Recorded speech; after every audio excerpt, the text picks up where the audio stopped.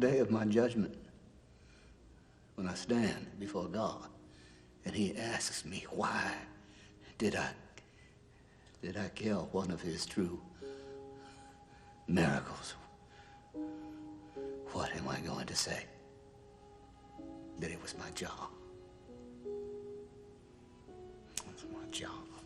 The story is about a resident of the nursing home Georgia Pines named Paul Edgecomb, who recounts the tale to his friend Elaine Connolly. Paul Edgecomb works as the head guard in Block E of Cold Mountain Penitentiary, a federal prison located in Louisiana. This block houses death row inmates awaiting execution by the electric chair. The condemned are led to their execution through the Green Mile, a corridor with its floor painted a light green color. Paul suffers from cystitis. Among the other guards in Block E, Percy Wetmore stands out as a cowardly and sadistic individual. Percy takes pleasure in tormenting the inmates and believes he can act with impunity due to his connection as the nephew of the state governor's wife. Fed up with Percy's cruelty, Paul and his colleagues make a deal with him. Percy will be allowed to participate in an execution, but in return, he must write a statement requesting a transfer to an administrative position at the psychiatric hospital Briar Ridge. One day, a harmless and kind-hearted African-American giant named John Coffey is brought to the block. Coffey has been sentenced to death for the rape and murder of 2 young girls. He was arrested near their lifeless bodies. Other death row inmates in the same block include an Indian named Arlen Chief Bitterbuck and a Frenchman named Edouard Delacroix. Delacroix has tamed a clever mouse nicknamed Mr. Jingles and taught it various tricks. Later, the block receives William Wild Bill Warden, a murderer and robber known for his unpredictability. Despite his confrontations with guards, he's considered sane. It turns out that John Coffey possesses supernatural abilities. He can heal by touch, curing Paul's cystitis and later reviving Mr. Jingles, who was crushed by Percy in retaliation against Delacroix. From this point on, Paul, who had doubts about Coffey's guilt, realizes that such a gentle and kind person couldn't be a murderer.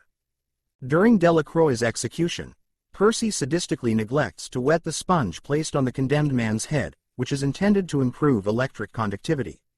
As a result, Delacroix dies in excruciating pain. One of the guards, disgusted by this sadism, attacks Percy. Paul declares that he won't cover for Percy anymore, regardless of his connections. The guards of Block E decide to secretly take John Coffey to the house of the prison warden, whose wife is suffering from an inoperable brain tumor. Coffey successfully heals her, but the tumor is too large, and Coffey becomes weakened. When Percy approaches Coffey's cell, Coffey grabs him and transfers the tumor inside him to punish Percy for his malice. Percy goes insane and kills Wild Bill. He is then sent to Briar Ridge Psychiatric Hospital as a patient. Coffey later transfers some of his abilities to Paul, revealing the truth: Wild Bill was the rapist and murderer, not Coffey. John, on the other hand, tried to resurrect the dead girls but was too late. After realizing that John is innocent, Paul is distraught at the thought of executing him and offers to let him go free. John tells Paul that the execution would be an act of mercy, as he views the world as a cruel place and is in constant pain from the suffering that people inflict upon each other. In the final scene, John Coffey has his last meal and then proceeds to his execution. He asks not to have a hood placed over his head, only a helmet. Paul and the executioners themselves are horrified by the fact that John should be executed. They are shaken by sobs.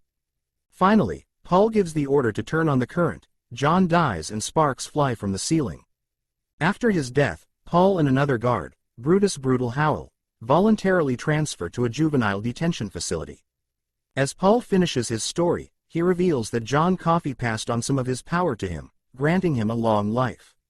At the time of the narration, Paul is 108 years old. He leads Elaine to a shed near the nursing home, where Mr. Jingles, the mouse from Delacroix's story, still lives. Paul feeds him, underscoring the story's authenticity. In the end, Paul explains that his long life is a punishment for not preventing the execution of the remarkable man, John Coffey. He tells Elaine, who also passes away, that everyone must die, but sometimes the Green Mile seems so long.